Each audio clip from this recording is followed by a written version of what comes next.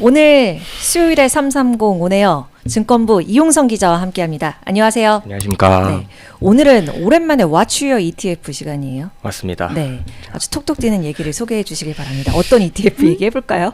네, 일단 뭐 지난 방송 얘기부터 짚어보자면은 네. 제가 첫 방송에서 앞으로 어떤 섹터가 유망할지 또 운용사가 지금 어떤 고민을 하고 있는지 알아보려면은 ETF 시장에 나오는 상품들을 좀 잘 살펴봐야 한다고 제가 말씀드렸었죠. 네.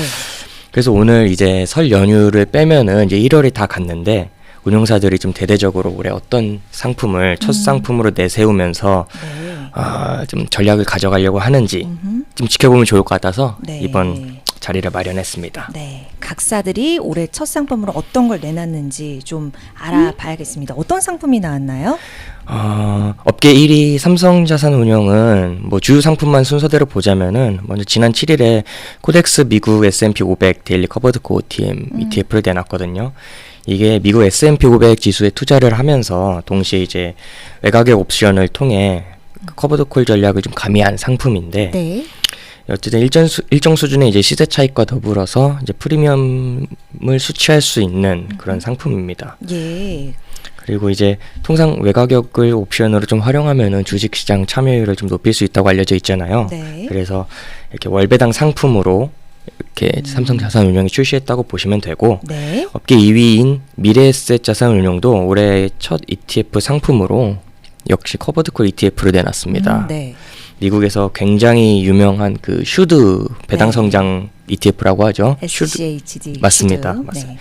슈드의 이제 커버드콜 전략을 가미해서 연 분배율 12%로 설정을 하고 네. 옵션 매도 비중을 이제 10%로 좀 낮춰가지고 시장 참여율도 높이면서 분배율도 높이는 그 최적의 밸런스를 뭐 찾았다고 설명을 합니다. 그들이 네. 말로는. 그러니까 미래에셋 운용에서도 이 상품을 좀 커버드콜 ETF의 끝판왕이라고 소개하기도 했는데 물론 뭐 매번 끝판왕이라고 그 말씀을 하시지만 네. 어쨌든 운용업계 1위와 2위가 나란히 이제 미국 대표 지수에 커버드콜 전략을 가미한 ETF 상품을 내놓는 거는 네. 아무래도 이제 미국 증시에 대한 어떤 투자자들의 믿음, 강세가 될 것이라는 투자자들의 믿음, 그리고 월배당에 대한 투자 수요가 높아지고 있고 이를 좀 운용사들이 이러한 투자 수요에 반응했다고 볼 수 있습니다. 네.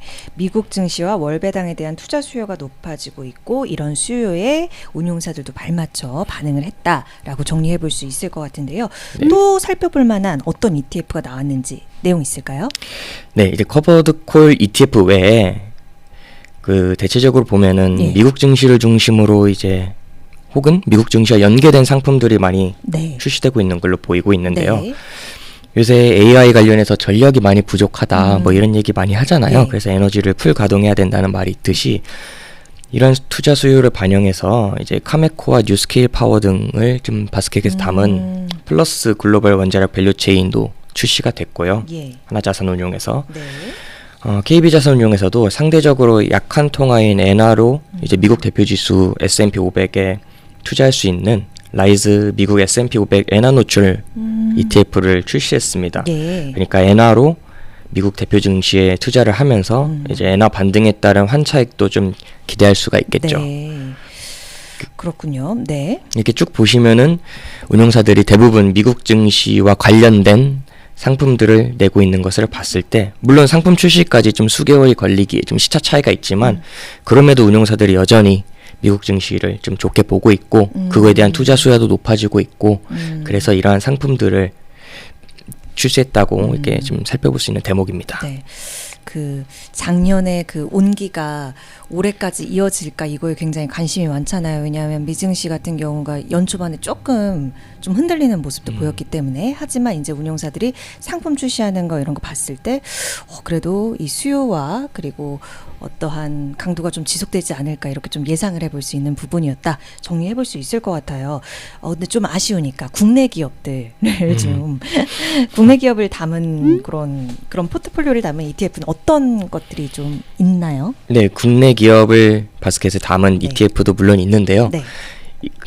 향후 어떤 섹터가 강세를 보일지 이 ETF 출시되는 것만 보면 알 수 있듯이 네. 신한자산운용에서 솔 전고체 배터리인 실리콘 음극재를 처음으로 출시했고요. 예. 국내 화장품 밸류체인별 핵심 기업에 투자하는 솔 화장품 톱3 플러스 ETF도 출시했습니다. 예. 그러니까 뭐 보시면 전고체 배터리는 이미 차세대 2차 배터리, 2차 전지, 꿈의 배터리라고 불리고 있어서 향후 전망이 어떻다라고 말하긴 정말 입 아픈 상품이고요. 화장품 ETF 같은 경우는 지난해 전 세계적으로 좀 K-뷰티 열풍이 불었었잖아요. 화장품 특성상 한번 정착하면은 계속 그 제품을 고집하는 그런 경향이 있어서 올해에도 화장품주가 상대적으로 강세를 보일 것이라는 전망이 나옵니다. 네. 알겠습니다. 오늘 이제 운용사들이 출시하는 ETF에 따라서 어떤 쪽에 분야가 조금 더 불을 붙을 수 있을지 이런 것들을 엿볼 수 있는 와주요 ETF 시간이었습니다. 더 질문을 하고 싶은데 우리 이용성 기자가 제가 마음 아프게도 좀 목이 좀 갈라지시고 감기 걸리신 것 같아서 빨리 보내드리려고요. 오늘은 더 추가 질문 안 드리도록 할게요. 고생하셨어요. 고맙습니다. 감사합니다. 네.